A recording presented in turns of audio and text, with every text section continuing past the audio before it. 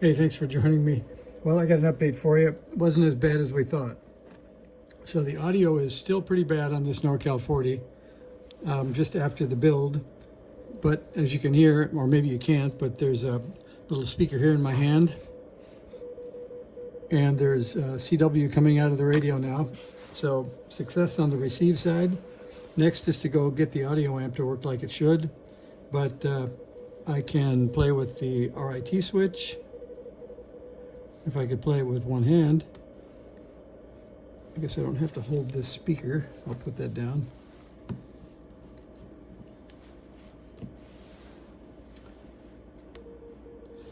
Okay, so you can see that RIT, and here's the RIT pot.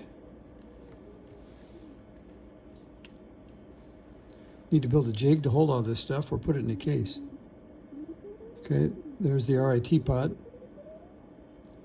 So that's doing something, and then I can turn that off until it, let's see, then we'll retune in something here.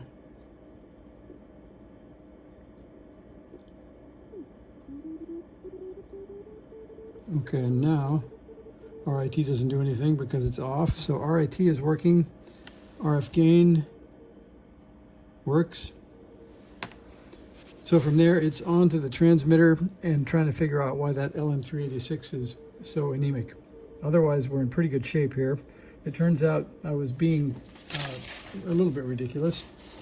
So on the VFO output, there's enough of a drop. You can see basically a voltage divider here with a large value and a small value that, let's see, I think we have the scope still connected to the one piece. So you can see that. That's the output of the VFO.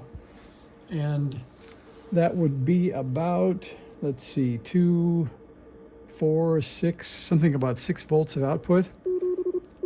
And when you take the other probe, which is set to millivolts right now, and you probe the output of that voltage divider to get it down to the receive VFO, I think it's about a 4 millivolt signal. So it does work, and it's delivering it all the way up to where we need it. And you can see here the RX VFO input here. We do get the 4 millivolts here. I was able to see the 4.9 megahertz coming out here. And then the biggest issue was C17 wasn't set up. So the voltage on the product detector was super low. Once I adjusted C17, then I could start to hear signals on the band.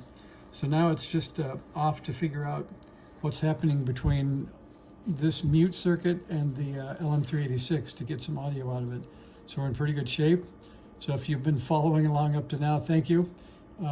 I'll be working on the transmit side probably next video, or maybe a little follow-up here on the audio. So maybe we're, I don't know what, 3 or 4 videos away from something that works, and then we'll start looking at packaging.